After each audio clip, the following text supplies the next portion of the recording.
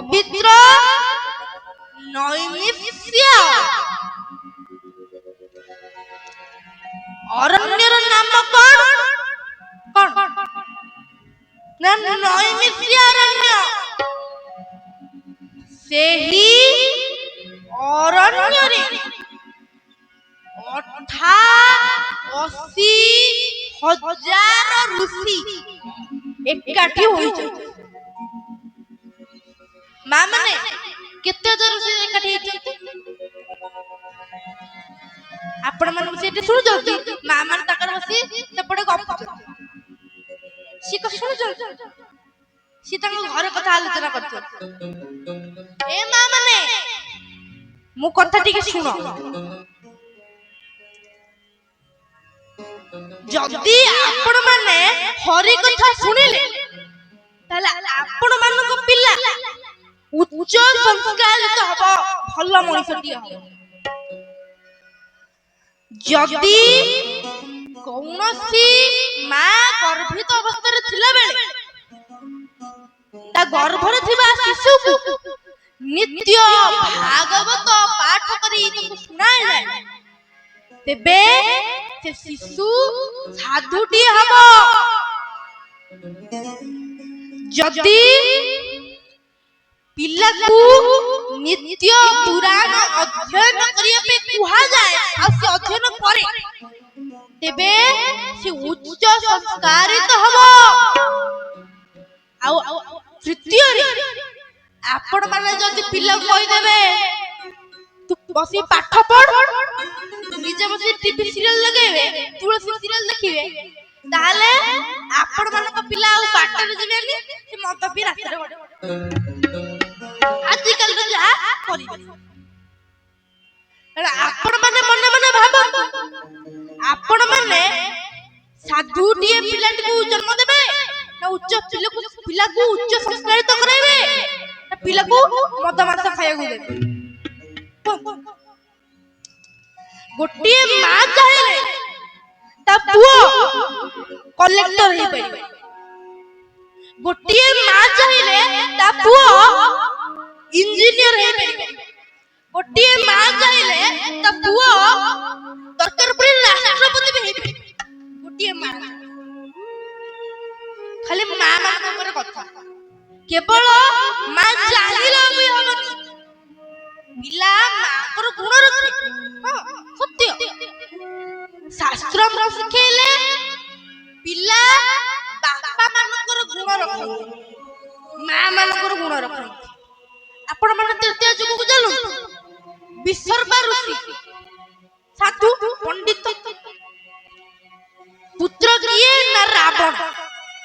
ରାବଣ କଣ? ବାପାଙ୍କ ଗୁଣ ରଖି ପଣ୍ଡିତ ହେଲା ସତ, କିନ୍ତୁ ଚରିତ୍ର କଣ ରହିଲା ନା ରାକ୍ଷସ। କାରଣ ମା ହଉଛନ୍ତି ନିକଷ ରାକ୍ଷସ, ସେଥିପାଇଁ ସିଏ ହେଲା ରାକ୍ଷସ।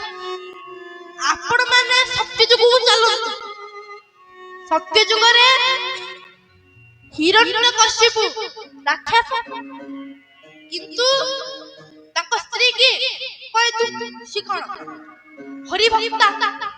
ତେଣୁ ପୁତ୍ର ତାଙ୍କର ପ୍ରହ୍ଲାଦ, ସେ କଣ ହେଲା ନା ହରିଭକ୍ତ ହେଲା। ବାପା ଭଳିଆ ରାକ୍ଷସ ହେଲେ ହରିଭକ୍ତ ହେଲା। ତେଣୁ ମା ମାନଙ୍କ ଗୁଣ ପୁଅ ରଖେ। ଆଚ୍ଛା, ପ୍ରହ୍ଲାଦ ଜନ୍ମ ହେଲେ କିପରି? ଗୋଟିଏ ଛୋଟିଆ କାହାଣୀ।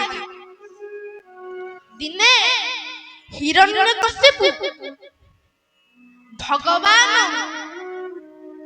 ଶିବ ଶଙ୍କରଙ୍କୁ ତପସ୍ୟା କରିବା ପାଇଁ ଯାଇ ଅରଣ୍ୟ ମଧ୍ୟରେ ଗଲେ।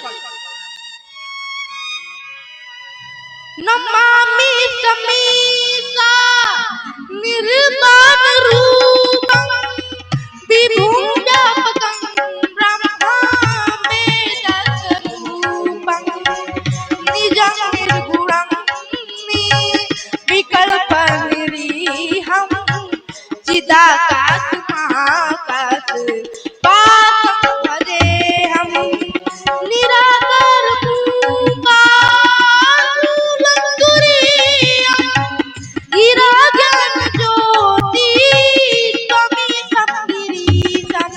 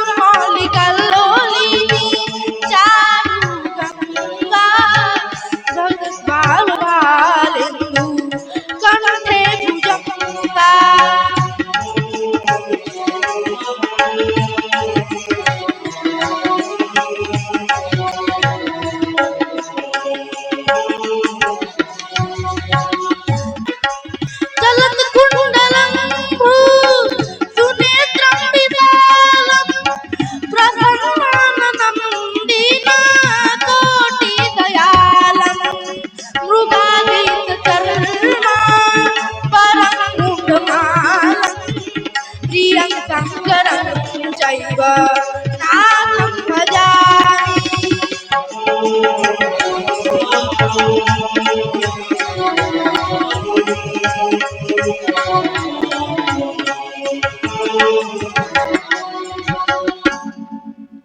ଗାଇ ଗାଇ ଚାଲି ଚାଲି ଯାଇଛନ୍ତି, ଅରଣ୍ୟ ମଧ୍ୟରେ ବସି ପଡ଼ିଛନ୍ତି।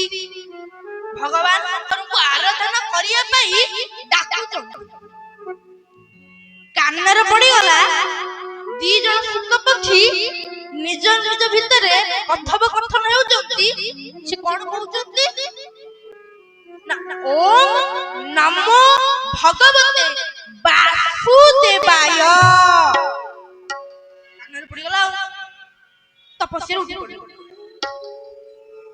କହିଲେ ହେ ଇଏ ମୋ ଶତ୍ରୁଙ୍କ ନାମ ନେଇଗଲା, ବାସୁଦେବ ଇଏ କହିଦେଲା, ମୁଁ ଆଉ ଆଜି ତପସ୍ୟା କରିବିନି, ଆଜିର ଦିନ ଭଲ ହବ। ପଳେଇଲେ ଘରକୁ ପଳେଇଲେ।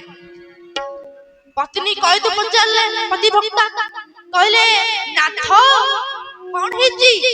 ତୁମେ ବା ତପସ୍ୟା କରି ଯାଇଥିଲ, ମୁଁ ଫେରି ପଳେଇ ଆସିଲ। ମୁଁ କଣ କରିବି? ମୋର ଯିଏ ଶତ୍ରୁ ଦି ଜଣ ଶୁକ ପକ୍ଷୀ ତାଙ୍କ ନାମ ନେଇଗଲେ, ସେଥିପାଇଁ ମୁଁ ଫେରି ପଳେଇ ଆସିଲି। ଆଉ ସେ ଶୁକ ପକ୍ଷୀ କଣ କହିଲେ? ସେ କହିଲେ ଓମ୍ ନମୋ ଭଗବତେ ବାସୁଦେବାୟ। କଇଦୁ ଟିକେ ମନେ ମନେ ଖୁସି ହେଇଗଲେ। କହିଲେ ଯାହା ହଉ ଏତେ ଦିନ ପରେ ମୋ ପତି ଆଜି ହରିଙ୍କର ନାମକୁ ନେଇଛନ୍ତି। ଆଜିର ମିଳନରେ ଯୋଉ ପୁତ୍ର ଜନ୍ମ ହବ ସେ ନିଶ୍ଚୟ ହରିଭକ୍ତ ହବ।